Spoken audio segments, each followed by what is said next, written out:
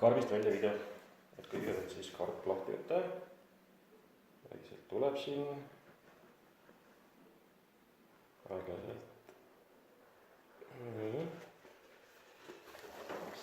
Siin on siis kott. Sametist, kuhu ilmselt tuleb see junn panna. See kate tuleb siit maha võtta. Nii, siis kindlasti membraan eraldada siit. Membraani kaitse. Membraan on siin. Siin all on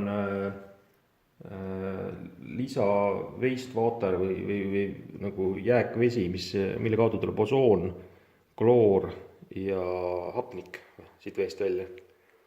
Et siit seda korki saab lahti keerata ja siis saab selle vee siit välja elada, kui see vesi piisavalt koguneb. Nii, mis siin siis veel on juhend ja lisatihendid.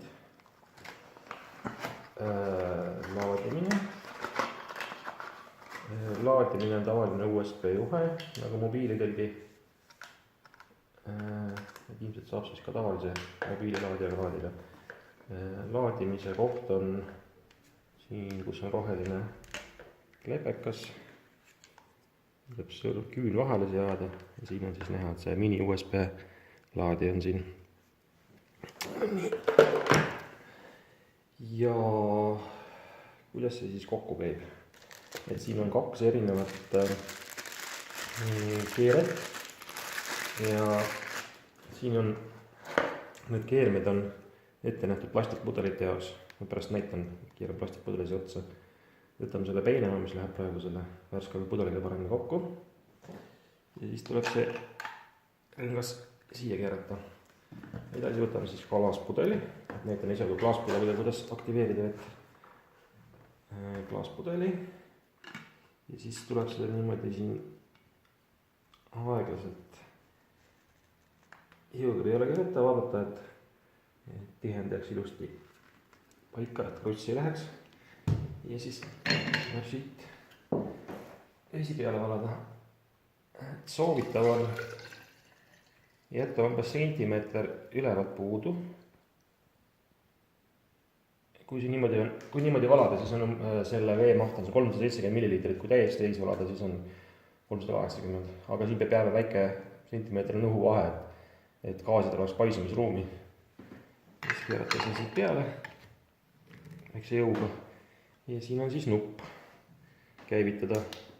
Sinine on 5 minutit ja roheline on 7 minutit. Ja nüüd on siis näha, kuidas hakkab siit vesinik vette tulema. Ja ta töötab niimoodi, mulitab kogu selle 7-minutilise perioodi. Ja siis lõpetab ise ära, et roheline tuluka kaob ära. Kui nüüd on selline asi, et roheline tuluka vilgub siin, siis tahab laadimist saada. Ja laadida siis vist oli 2-3 tundi või siis jätta ööseks nagu. Nii, saab kinni panna. Ja nüüd ma näitan, kuidas siis pudel otsa keerata.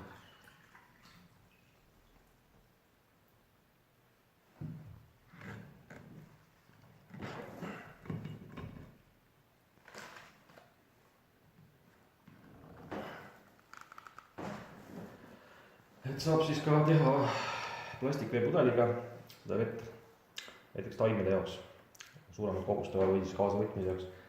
Siis keerad selle pudeli siia peale. Nii, ja voila, paneme tööle 7 minutit. Ja siin on nüüd siis samamoodi näha, kuidas mulitamine käib. Ja pärast, kui see vesi on valmis, siis, et seda säilitada, siis kork peale keerata, et oleks väikse rõhu all. Et siis teoreetiliselt peaks, olen lugenud, et 90% vesinikku säilib siin 24 tunni jooksul. Aga hiljem ma testin selle järgi ja siis näitan videodes ära. On sellised tilgad H2 Blue Drops, millega saab testida siis vesiniku kogust vees. Sellega testin järgi ka paua, see vesinik siin säilib. Nii, aga head kasutamist ja